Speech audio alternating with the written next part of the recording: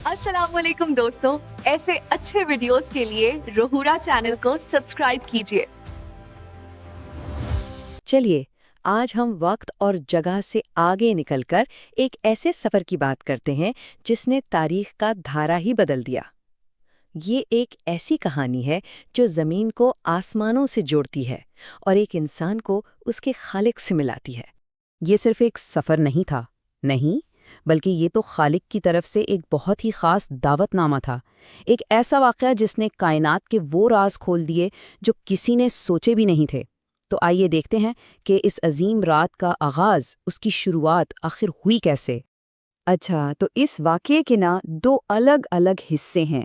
पहला है अल इसरा, यानी रातों रात ज़मीन पर किया गया सफ़र, और दूसरा है अल महराज, यानी आसमानों की तरफ बुलंद होना।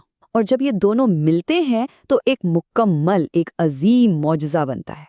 तो ये सब हुआ कब? वक्त था नबूवत का 11वां साल और रजब की 27वीं तारीख थी। पैगंबर खुदा सल्लल्लाहु अलैहि वसल्लम मक्का में अपनी चचाजाद बहन उम्मे हानी के घर आराम फरमा रहे थे जब आसमान से वो बुलावा आया। ज़रा इस मंजर का तस्वुर कीजिए।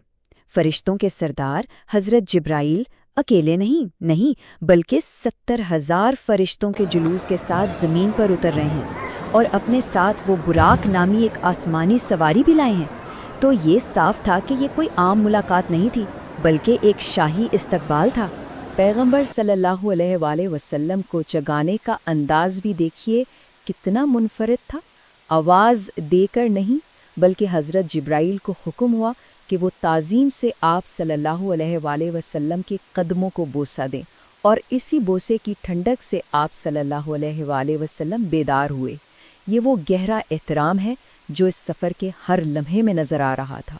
इस सफ़र से पहले एक ख़ास तैयारी की गई। आप सल्लल्लाहु अलैहि वसल्लम को आबे ज़मज़म से गुस्ल दिया गया और जन्नत का लिबास पहनाया गया, और उन्हें मेराज का दूल्हा कहा गया, जो बताता है कि ये सफ़र कितना अहम था और इसका अंदाज कितना जश्न वाला था। तो चलिए अब बात करते हैं सफ़र के पहले हिस्से की, यानी अल इसरा की। ये ज़मीन पर होने वाला सफ़र था, लेकिन इसमें जो कुछ हुआ वो किसी भी मौजज़े से कम नहीं था। इस सफ़र के लिए जो सवारी थी उसका नाम था बुराक, और उसकी रफ्तार, उसका तो आलम ही कुछ और था।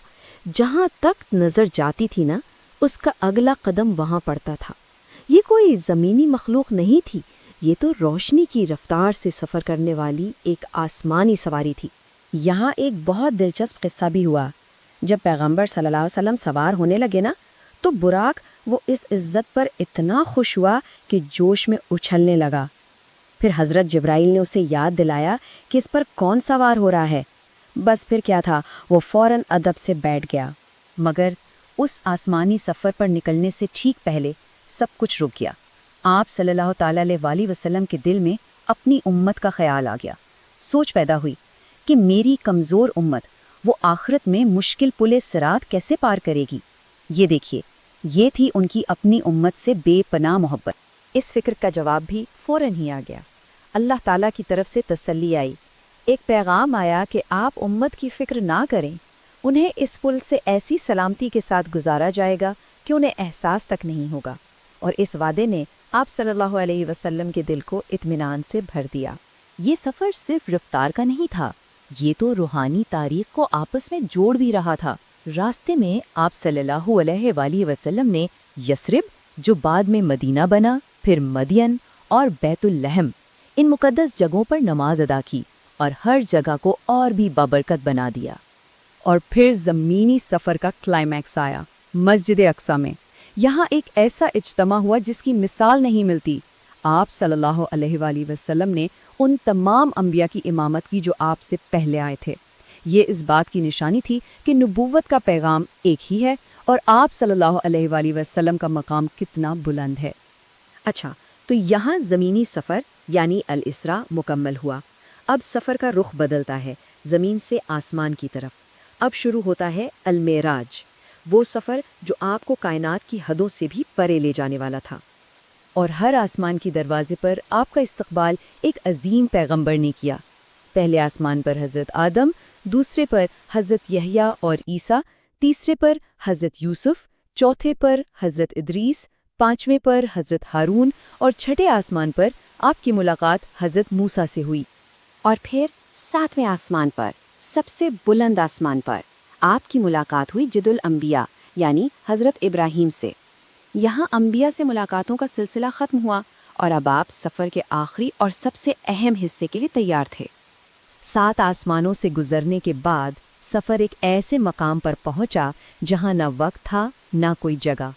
ये सफ़र का सबसे मुक़द्दस, सबसे अजीम हिस्सा था, अल्लाह की हुजूरी में पहुंचना। एक मकाम आया, सिदरतुल मुंतहा। ये कायनात की आखिरी हद है। यहाँ आकर हज़रत जिब्राइल रुक गए। उन्होंने कहा कि ये मेरी हद है, इससे आगे मैं नहीं जा सकता, आगे सिर्फ आप ही जा सकते हैं। ये लम्हा आप सल्लल्लाहु अलैहि वसल्लम के बेमिसाल मकाम को दिखाता है।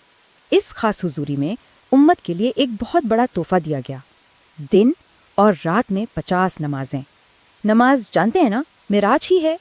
ये वही जरिया था जिससे उम्मत अपने रब से डायरेक्ट जुड़ सकती थी, बिल्कुल इसी तरह जैसे आप सल्लल्लाहु अलैहि वसल्लम ने इस मुलाकात में किया। लेकिन जब वापसी का सफ़र शुरू हुआ तो छठे आसमान पर हज़रत मूसा ने एक बहुत अहम मशवरा दिया। उन्होंने अपने तजर्बे की बुनियाद पर कहा कि आप वापस जाइए और नमाजों में कमी की दरख्वास्त कीजिए। उन्होंने समझाया कि आपकी उम्मत 50 नमाजें नहीं पढ़ पाएगी। और फिर आप सल्लल्लाहु अलैहि वसल्लम बार बार अल्लाह की बारगाह में वापस गए और ये सिलसिला चलता रहा, यहाँ तक कि 50 नमाजें कम होकर 5 रह गईं।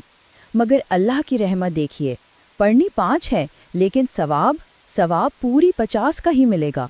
तो अब एक ही रात में पूरी कायनात का सफ़र करने के बाद सबसे बड़ा चैलेंज अभी बाकी था।